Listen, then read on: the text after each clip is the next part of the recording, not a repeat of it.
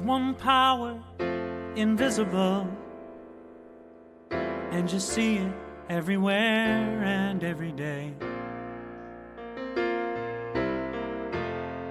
One power, indescribable, and you speak of it with every word you say. Mysterious until you know the truth. As simple as the love inside of you.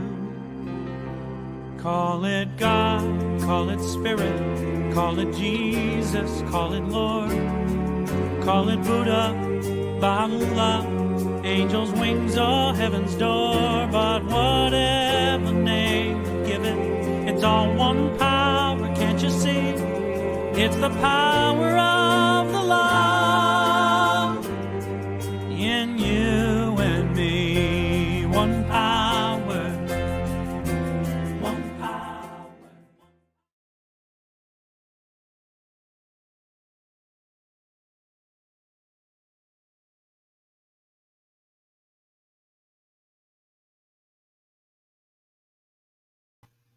I'm sorry, Rev, you're still on mute. Thank you all so much. Good morning.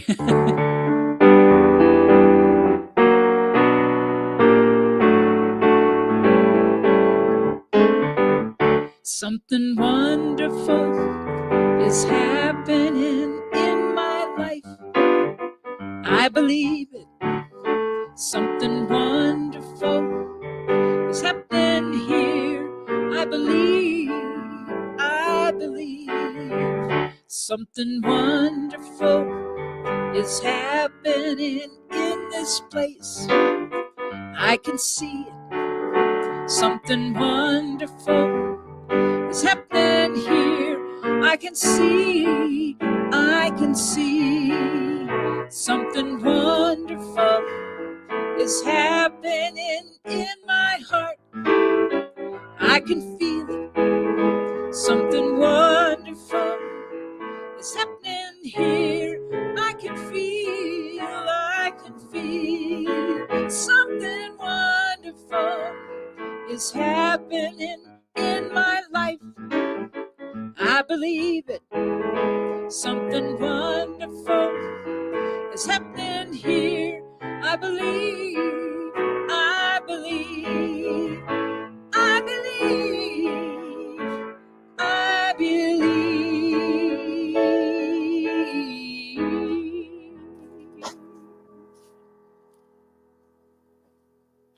Good morning and welcome to the Center for Spiritual Living, Midtown-Atlanta, where you are welcome. Whoever you are, whatever path brought you here today, please know that you are welcomed and celebrated. We know who you are. You are an individualized expression of the divine life in which we all live. Your life's opportunity to be someone unique and wonderful, whatever your ethnic background, religious affiliation, however you came to know yourself and describe yourself, your pronouns, your gender identities. We're glad you're joining us here today. You are welcome to be a part of this community in whatever way serves you. And we'd like you to share this. So share this link on social media, whether it's Facebook, which is where we're mostly at, Instagram, and on our YouTube channel as well. So I'm going to say our vision statement, which is we are a strong, open, globally connected community centered on the clarity of principle.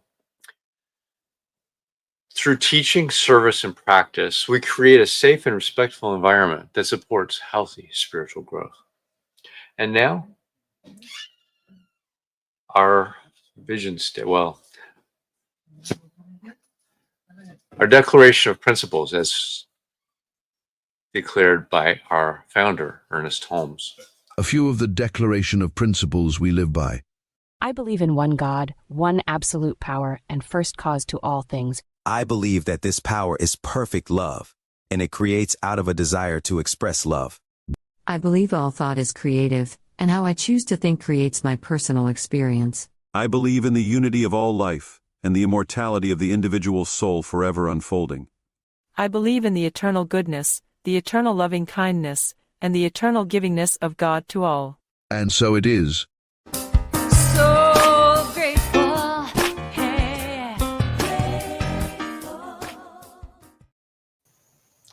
Morning. So, a practitioner is someone who's demonstrated the ability to use spiritual practice and spiritual laws to bring about great changes in their lives. They've demonstrated they know how to bring about these changes in other lives when asked. Licensed by Centers for Spiritual Living, they are available to you to provide spiritual guidance and support in those areas that you feel you need help and are looking for assistance on. You connect with them through our website, cslmidtown.org. And today we got one of our wonderful practitioners, Maya Fuller, to go give us some good ideas and an affirmative prayer called a spiritual mind treatment. Welcome, Maya. Thank you. Thank you, Vance. Good morning, CSL Midtown. And thank you, Reverend Kit, for that fun and uplifting song. That was so fun. And I have to say that for me, something wonderful is happening here this morning. Something wonderful is happening here this morning. This morning has been one of synchronicities for me. In our adult study group, for which I am giving a plug, I'm really encouraging anybody who's interested in learning about the science of mind at a more personal level, at a slower level, being able to like go through the actual words of the text. We read it together on Sunday mornings at 10 a.m. We have a great group of 3 different practitioners who rotate. Actually 2 of the practitioners are practitioners emeritus, Judy and Norma. That means they've been practitioners for over 20 or 25 years, something like that, really in continuous service for those years. And they know their stuff and they practice their stuff and they live their stuff. And the people in the study group are doing the same thing. And but what does that have to do with synchronicities? The synchronicities are that so often we find that when we are after the adult study group, we come to the service and we experience the message and we're like, oh my gosh, we were just talking about that in the study group. So that happens so often. And then today I experienced it happening the opposite direction, that what we were reading today brought up the conversation about how we forgive certain people, right? How we love the unlikable. And that is the topic for CSL global themes for this month, loving the unlikable. So it's just amazing how, life gives us an opportunity to kind of dig deeper and to really get the messages that we need and want to get for ourselves. And of course, our services here and also our adult study group gives us the opportunity to connect with one another in a personal, meaningful way. So I definitely invite y'all to join us. Check it out on Sunday mornings at 10 a.m. Another synchronicity that I actually set up was that I am going to talk a little bit about loving the unlovable. Just do a little reading. I'm not going to talk. I'm going to do a little reading that I'm getting out of the November 1985 Science of Mind textbook. So we're in November 2025, as y'all know. November 1985, the actual book is exactly 40 years ago. So I purposely said, let's see if there's anything in here related to this topic. And lo and behold, there is. This section, it was printed for reading for Wednesday, November 13th, 1985, 40 years ago. And it starts with this scripture. The scripture is from the book of Matthew, chapter 10, verse 36. And a man's foes shall be they of his own household. And a man's foes shall be they of his own household, right? So our only enemies are of our own house, our own consciousness, right? So sometimes it says, sometimes we may wonder why certain people come into our life, those who seem to create problems for us, whether intentionally or not. Could it be that in our own subconscious hostility or other negative conditions, could it be that our own subconscious hostility or other negative conditions have attracted these individuals to us? If only agreeable people came into our life, we would never learn forgiveness, and we would learn very little about ourselves. Through problem people, however, we can learn what is hidden in our subconscious mind, for they are our mirrors. Each person who comes into our life represents an aspect of us, and through each one, we can learn our lessons on love, life, and forgiveness. As a consequence, we grow emotionally and spiritually. This awareness makes forgiveness easier, and we can be grateful to those who are our disguised teachers. Through them, we have the opportunity to learn to love all people unconditionally and without exception. And as we gradually achieve this growth, we reap the immense rewards promised us by the great spiritual teachers. Jesus, for example, taught that when we seek first the kingdom of God, all these things shall be added unto you. So the topic is of the month is loving the unlikable, and the topic of this, the title of this is Teachers of Love and Life, and the affirmation that goes with this that I invite you to accept for yourself and to declare for yourself as we prepare to move into spiritual mind treatment is, my mind and body are filled with divine love. I am a channel for this love, and I let it flow through me to all people without exception. I am aware of the unfailing healing power of this love. And so it is. And thank you to Science of Mind, November 1985. The top is cut off, but the book remains. And I'm grateful that we have it to share with us today. As we move into spiritual mind treatment, knowing the highest and best truth about love, divine love. We've just reflected on the idea that even those who we find difficult may be the very people who help us grow. And so as we settle ourselves into this moment, we take that concept into our hearts.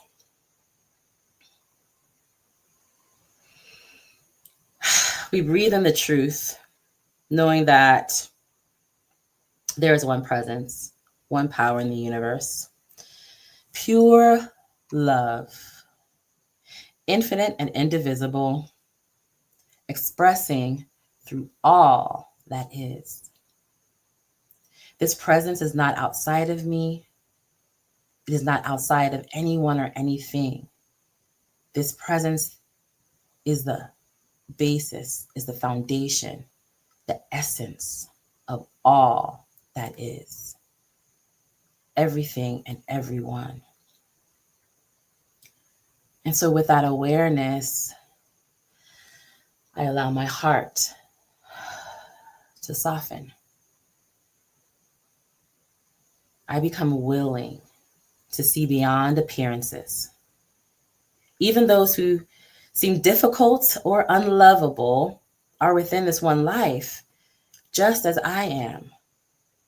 I don't need to agree with them or recognize the same truth or way of thinking that they have. But what I do need to recognize is that the same breath, the same life, the same essence of all lives within them and lives within me and lives within everything.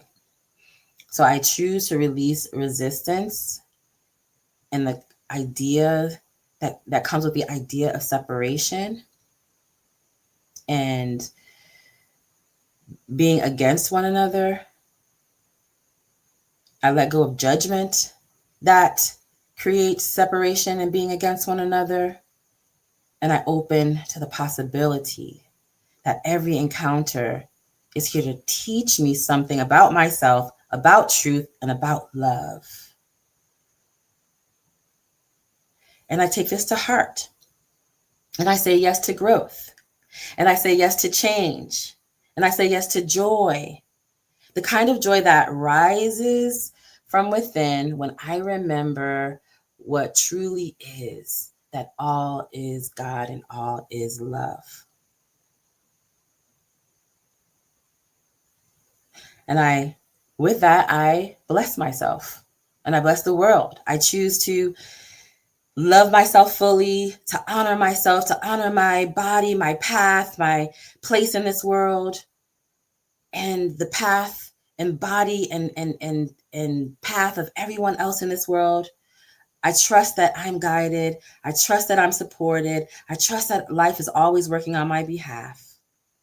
And so with deep gratitude, I allow that to be who I show up as in the world.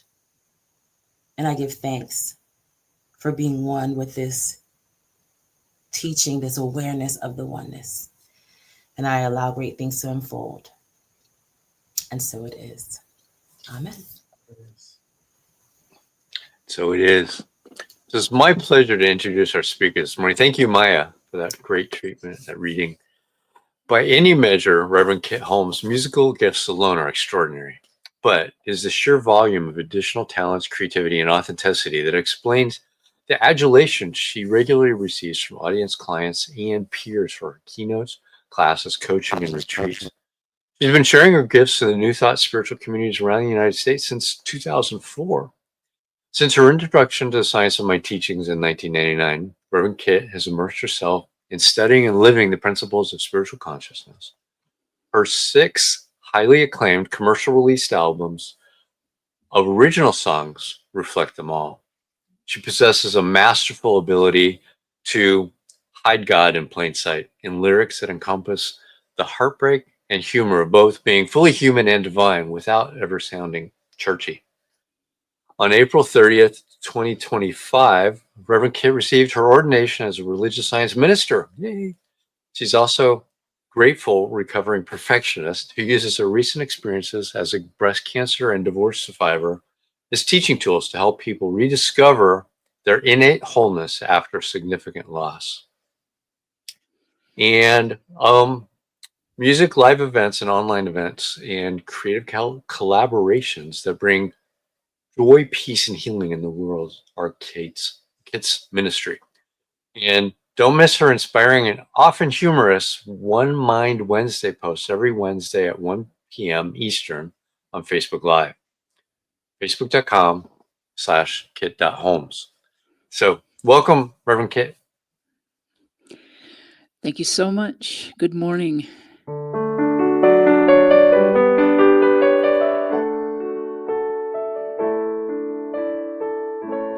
It's in your eyes, the questions of the ages. There are challenges and changes in everything you see. It's hard to trust, and sometimes the best of us can lose our way. That's why I'm here to say, I'm gonna hold you in the light, hold you in the light, hold you till you know again that everything's all right. And I'll remind you, as you are enough. I'm gonna hold you in the light of love.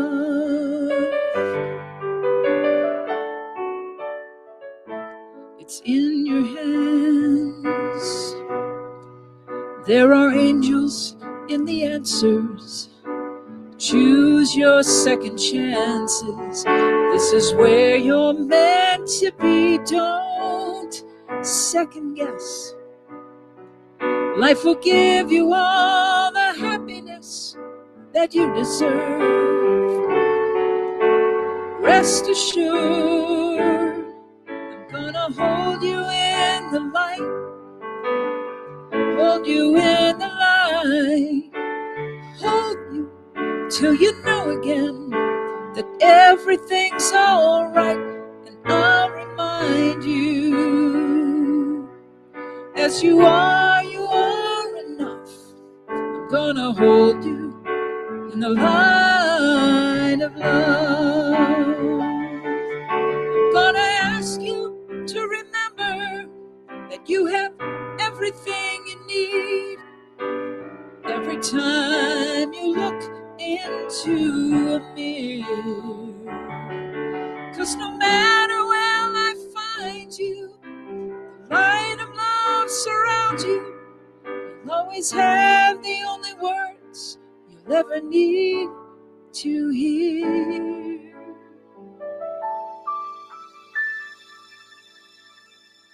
I'm gonna hold you in the light. Hold you in the light. Hold you till you know again that everything's all right. And I'll remind you, as you are enough. I'm gonna hold you in the light of love. I'm gonna hold you in the light of love. In the light of love.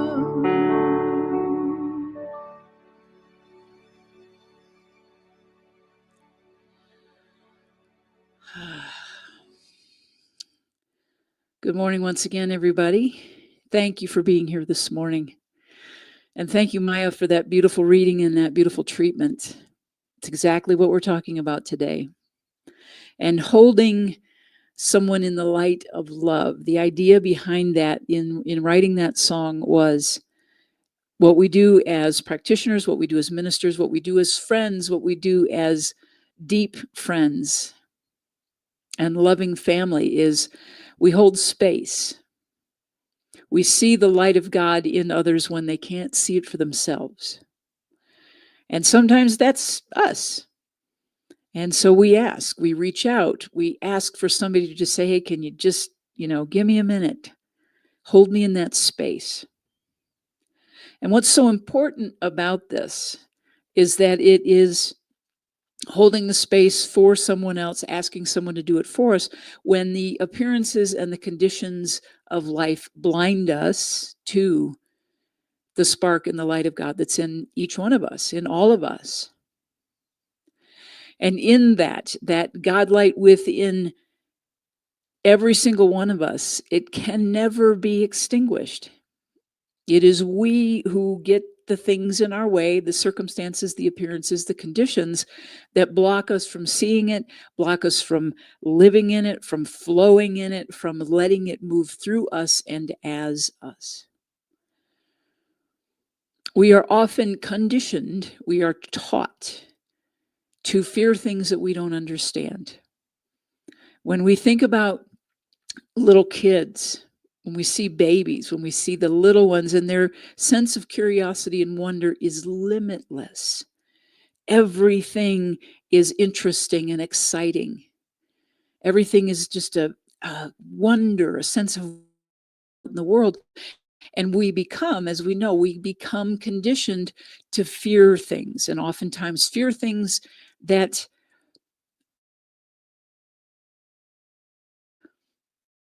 not to fear, but to respect, right? We are often taught to fear things that really, there's no reason in living in the fullness of the expression of God, the fullness of life, that we should fear. So there's a difference. There's a difference between learning how the things that can harm us, the things that occur naturally, the natural laws of the universe, things that can help us stay alive, but can also kill us. So we're talking about things like the power of water. We need water to survive, but too much of it will kill us. If we drink too much water, we will drown literally from the inside out. We also know the power of water with flooding, with flash floods, and how destructive that can be. The same thing with fire. We teach respect for these things. We teach respect for being on the water, on the ocean, for things like lightning. If it weren't for the lightning, we wouldn't have gotten to electricity and managing electricity. Electricity, when misused, can kill us in many, many forms, right? So you get the point. So the things that we want to pull apart here is teaching a healthy respect for these things, but not that reactive emotional thing that teaches a child to fear the world, to fear being in the world. Ernest Holmes says in Love and Law, every living soul is a point of personified God consciousness, immutable power right now. We are not approaching the point. We are the point right now. And this addresses the light of love within each one of us, the light of love in everything, the light of God. The topic today is a monstrosity of misunderstanding. And as Maya mentioned, the theme for November for the Center for Spiritual Living is loving the things that are unlikable. I like to say the things that we fear, we dislike, right? So I'm going to talk about octopuses today. Like, what? Right? But here's the point, and that octopus is a natural being, a fascinating, brilliant being, a God creation, a spark of light in every shape and form. And throughout human history, it's also a being that has been demonized because they're not pretty. They don't have a pretty face. They have 8 arms. They're like kind of creepy, right? And slimy, and they live in the deep of the sea, and we didn't used to understand them. So the conditioning, again, the appearance is, in the movies, and these giant, 80-foot octopuses that are menacing, that will kill us, they're man-eating predators, and, et cetera, et cetera. So I want to use this as the example today that the misunderstanding is so not appropriate. The fear is inappropriate. So I'm going to start with some fun facts about octopuses. Number 1, we know they have 8 legs. Did you know that they have 9 brains? There is the central brain, and then there's like a little mini neuron center in each one of its legs that will work independently. It doesn't need, like we do, it doesn't need the central brain to tell it what to do. So they are multitaskers, brilliant multitaskers, right? They have 3 hearts. They have a main heart in the center of the body that pumps the oxygenated blood out to the rest of the body and to the tentacles, to the 8 arms. And then there's 2 other hearts near the gills where it takes in the non-oxygenated blood, circulates it, right? That's how they breathe. They breathe through the gills, right? So octopuses just alone are, number 1, brilliant. We know that now through the study and the interaction with them. They are brilliant problem solvers. They are highly creative. They are escape artists. They can use those 8 independently, to multitask. They can open child-proof locks. They can, they're shapeshifters. They change color with their moods. They change color when they are feared. They change color to camouflage when a predator is looking for food. There's all different sizes. So the complementary thing that we see here is that there are a whole lot of things in octopuses that are very similar to humans. Some of them are introverts, some are extroverts. They can be playful, they are moody, they're mischievous, they're curious, and they interact only after trust is established.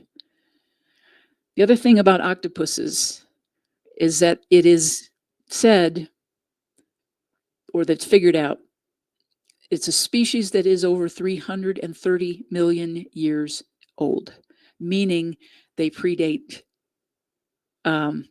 dinosaurs. They predate humans, and they have also got this great thing, if they're that old, the resilience factor, the strength. They are adaptable. They have survived all of the stories of all of the catastrophic things, floods and whatever has happened to the planet. They have survived 330 million years. So I have a special affinity for octopuses, and I'm going to give you a little bit of a story about that.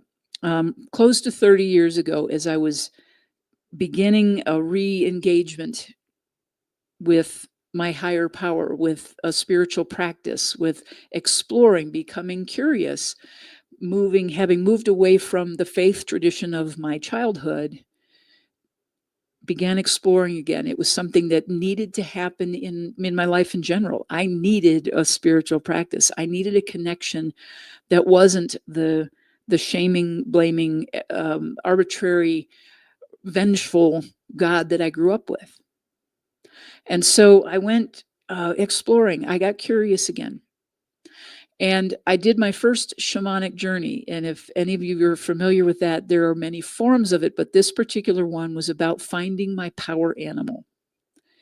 And I was living in Athens, Georgia at the time. And I went to this shaman, and it was like a 2-day thing, and deep, lots of long meditations and so forth. And on the second day was when we started to do we're opening to what our power animal is going to be. So I'm in this deep meditation, and and I'm like, oh wow, and I'm in this forest, and I'm all this thing, and this hawk comes in, and I'm like, oh yeah, awesome, my power animal's a hawk. And then I got this, no, it's not. And the hawk flew in, and it was like going in through the whole, from the canopy of the forest through the whole food chain kind of thing, deep into the forest. And there was a tiger, and I went, oh, awesome, it's a tiger. And I got no. And the tiger in this meditation literally put its teeth around my left arm and dragged me into the ocean. And I was like, wow, okay. And way deep into like the bottom of the ocean. And there I saw octopus. And everything in my ego, in my psyche, in my fear, in my misunderstanding said, no, octopus can't be my power animal. And I got, yes, yeah, it is. And so rather than being fearful of it, that deep knowing within said, get curious. Start to learn about this. So I studied, and then I got to find some things like that the octopus is a Celtic power animal, spirit power animal. I grew up in a long line of Irish Catholic folks. So what was interesting is now I got this power animal, and I don't know if you can see, well, you probably can't. I'm going to turn my camera a little bit just to see this thing on my wall. If you can see it closely, I can't zoom in, I'm sorry. It is a series by an artist in Athens, Georgia. Sorry. Her name is Lauren Breer, and she did this series called Robots in Rowboats. And this whole series had octopuses in them. And in this particular one behind me, the robot is in the rowboat. The octopus is holding the telescope, and they are both pointing at the North Star. So my house is full of octopuses, stuffed ones, and people have sent them to me as, because they know that's my power animal. Here's what the cool thing was. When I was putting this outline together yesterday, I never saw this before. It's been like 30 years, okay? I had this new insight that in that first shamanic journey, it was hawk, tiger, octopus. When I moved, I made a big move, a cross-country move earlier this year in June of this summer from Michigan, my home at the time, Santa Fe, New Mexico. And on the first night of my journey driving, I had an encounter with, I can only describe as spiritual awakening that involved a hawk that allowed me in an urban setting to get very close to it. The other thing that I noticed was in this, as I said, in Chinese astrology, tiger, I was born in the year of the tiger. Power animal became my spirit animal. Octopus, as I said, Celtic, Irish. So there are a lot of things that bring us to this seemingly not attractive kind of animal, but all of the things that they are as God's creation, as God's expression. There are many documentaries. There's recent ones. There's books, and My Octopus Teacher that came out in 2020 is a brilliant thing. Soul of an Octopus, the book that was referenced for the CSL themes for this week, by Cy Montgomery. There is a book that I highly recommend if you want to understand, and it's a fiction about a giant Pacific octopus. It's called Remarkably Bright Creatures by Shelby Van Pelt.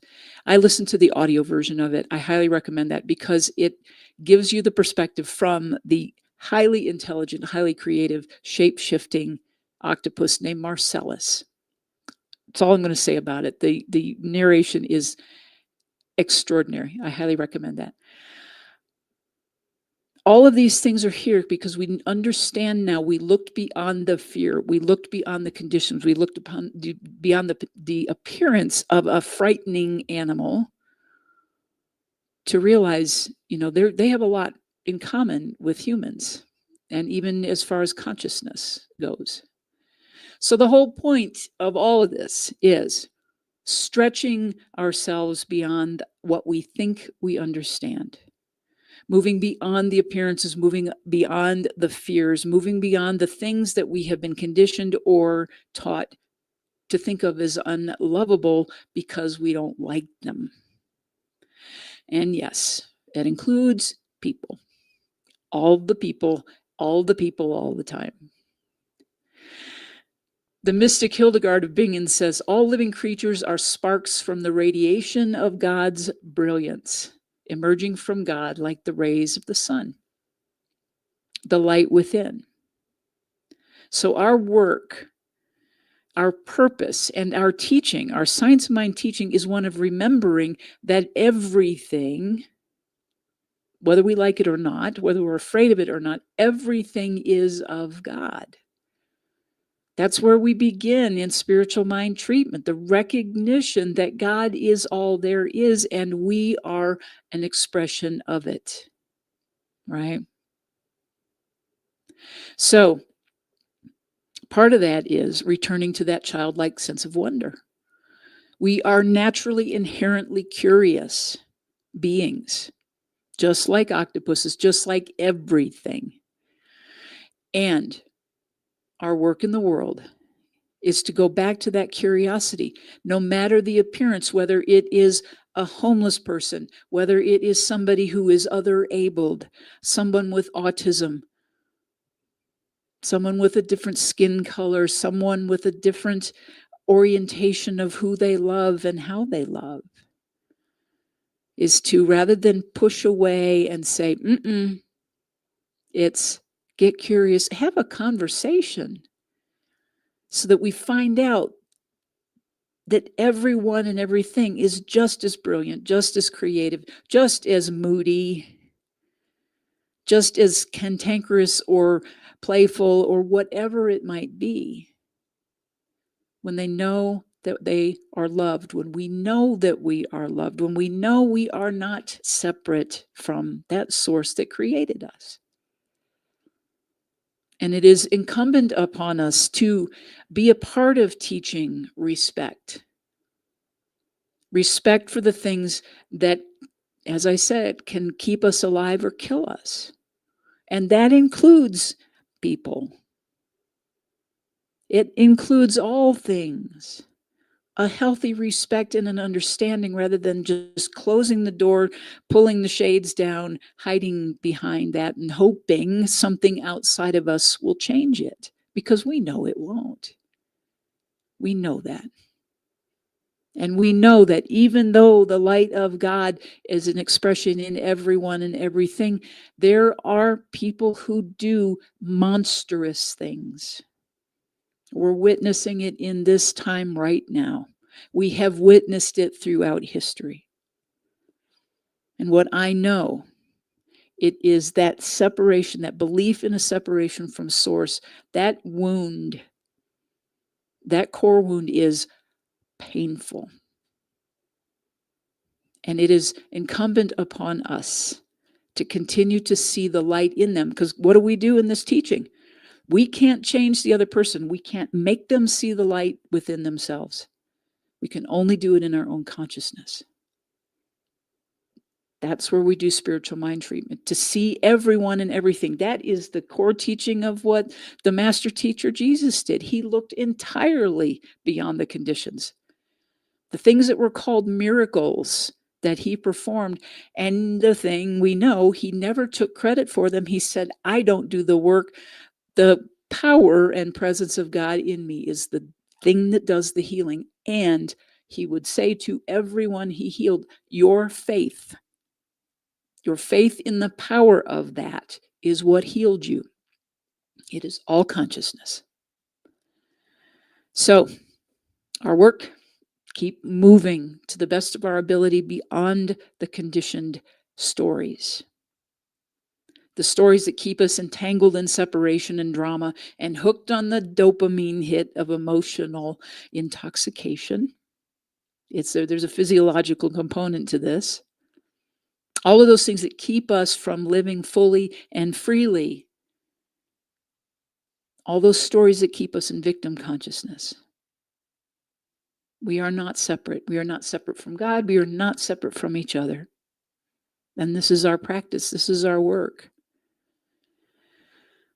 And we also know that powering over in order to make ourselves feel better, smarter, more in control, better, not separate, we know that's not the truth of who we are. So we hold each other in the light. We hold each other in the light.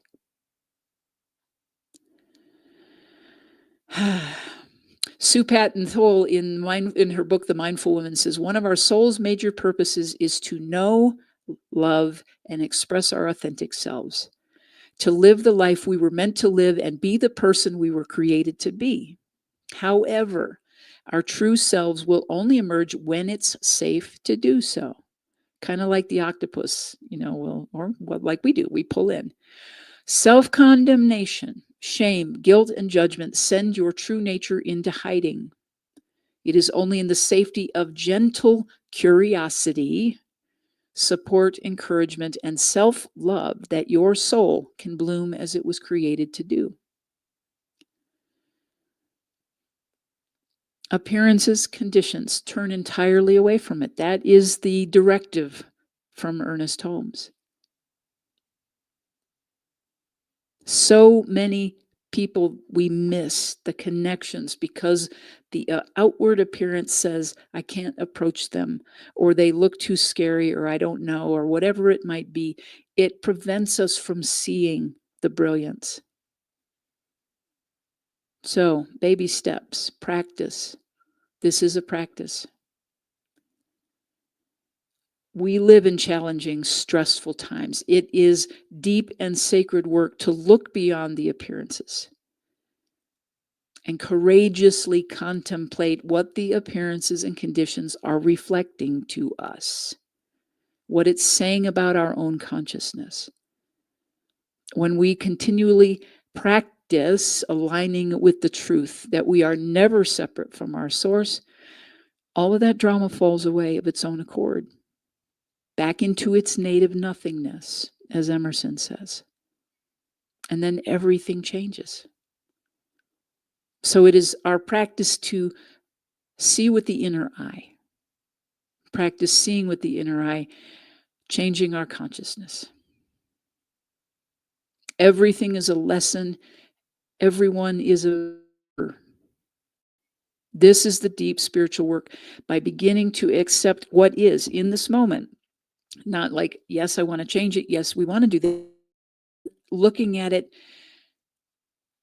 with a neutral eye and just saying, okay, this is what's in front of me. I have a choice. I can change my consciousness. I can change the next moment of experience. I can stay right here if I want to. But it's knowing, of course, that when we change our thinking, we change our lives. Consciousness creates. Thoughts are creative. The poet Mary Oliver, I'm going to finish with this. She says, to the beauty that is within you, my friends, I say, let it shine forth. This is a time of mystery, a time of deep healing.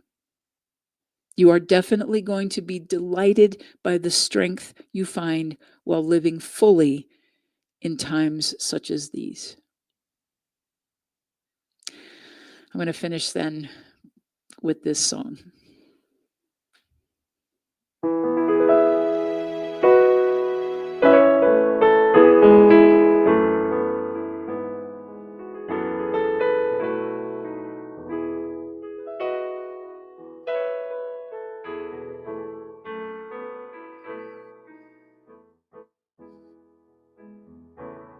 Everybody's got a story.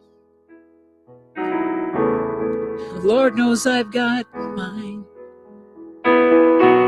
All our pain and all our glory, all the masks we hide behind. I'm standing here in wonder at my faith in things unseen, holding back or diving under. There is no in between.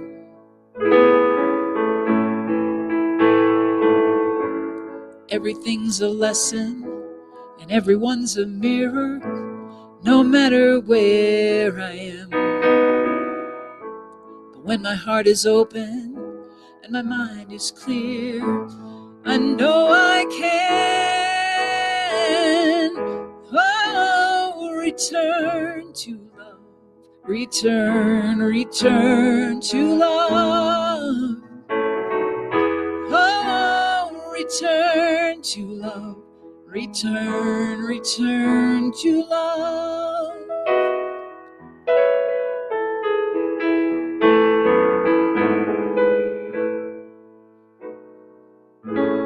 Deconstructing my defenses, dismantling my pride, making peace and mending fences with who I am inside. When I let myself go deeper, love is closer than my breath, my master and my keeper, beating right here in my chest. Everything's a lesson and everyone's a mirror, no matter where I am. When my heart is open and my mind is clear, I know I can. Oh, return to love. Return to love. Oh, return to love. Return to love. Everything's a lesson and everyone's a mirror. And everything I do, my heart is open and my mind is clear. Now I'm asking you to, oh, return to love. Return to love. Oh, return to love. Return to love. Oh, return to love. Return. Oh, return to love. Return to return to love. Return to love.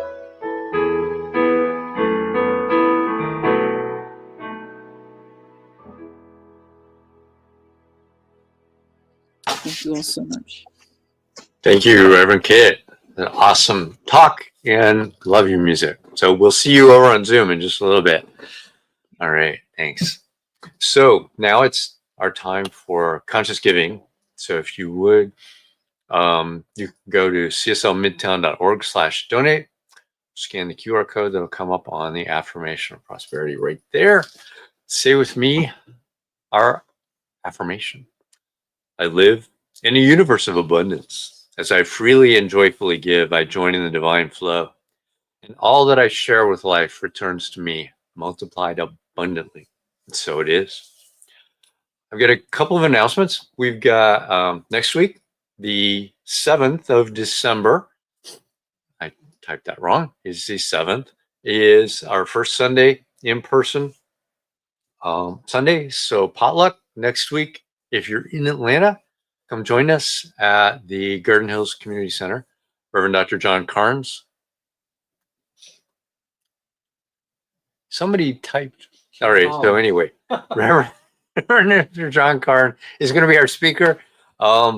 Surrendering into Newness is the talk. And Maya definitely talked about the adult study group. So come join them for that at 10 a.m. on Sundays on the Zoom. You can get to our Zoom channel by cslmidtown.org. Scroll down to the bottom, click the Zoom link, and there's a code to get in for the passcode. So we'd love to see you over there having a discussion with Reverend Kit now and for the Sunday talks. Our affirmation of life is this. I leave this place now knowing something better than I knew before. I go forth into the world with a heart full of love and a mind full of good sense. I look at the world in a greater way, knowing that I have within me everything I need to create the life I desire. I give thanks for this understanding, and I am grateful for the spirit of life that lives through me. And so it is. Thanks, everybody. See you next week.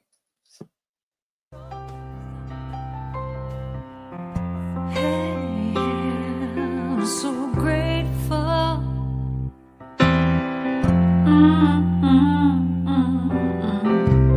I'm so grateful. I'm so grateful. I'm so grateful for all that I have. I'm so grateful. I'm so grateful. I'm so grateful for all that I have. Hey! Oh yeah. Grateful. I just say I am so grateful every day for all I have. Every day. I'm so grateful. I'm so grateful. I'm so grateful